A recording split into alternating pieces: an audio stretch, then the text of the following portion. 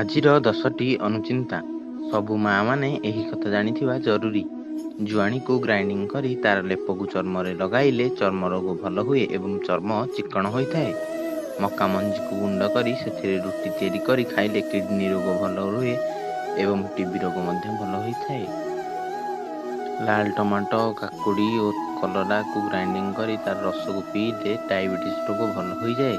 ଜୁଆଣି, ହେଙ୍ଗୁ ଓ ରସୁଣ ଏହି 3ଟି ଯାକ ଜିନିଷକୁ ମିଶାଇ ତାକୁ ଗରମ କରି ଆଣ୍ଠୁରେ ଲଗାଇଲେ ଆଣ୍ଠୁ ଯନ୍ତ୍ରଣାରୁ ମୁକ୍ତି ମିଳେ। ଯଦି ନାକରୁ ସବୁବେଳେ ସିଙ୍ଗାଣି ବହୁଛି ତେବେ ୟୁକାଲିପଟାସ ତେଲକୁ ଆଣି ଶୁଙ୍ଘନ୍ତୁ। ଧୀରେ ଧୀରେ ସିଙ୍ଗାଣି ବହିବା ବନ୍ଦ ହୋଇଯିବ। ଜୁଆଣି ଏବଂ ଗୁଡ଼କୁ ମିଶାଇ ଖାଇଲେ ଗଳା ରୋଗ ଭଲ ହୋଇଥାଏ ଏବଂ କଣ୍ଠ ସୁମଧୁର ହୋଇଥାଏ।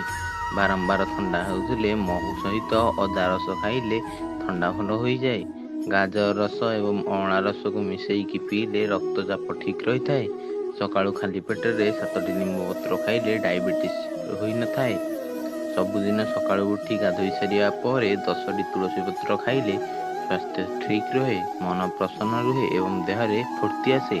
ଯଦି ଏହି ଭିଡ଼ିଓଟି ଆପଣଙ୍କୁ ଭଲ ଲାଗିଥାଏ ତେବେ ଆମ ଭିଡ଼ିଓଟି ଗୋଟେ ଲାଇକ୍ କରି ଚ୍ୟାନେଲଟିକୁ ସବସ୍କ୍ରାଇବ୍ କରନ୍ତୁ। ଧନ୍ୟବାଦ।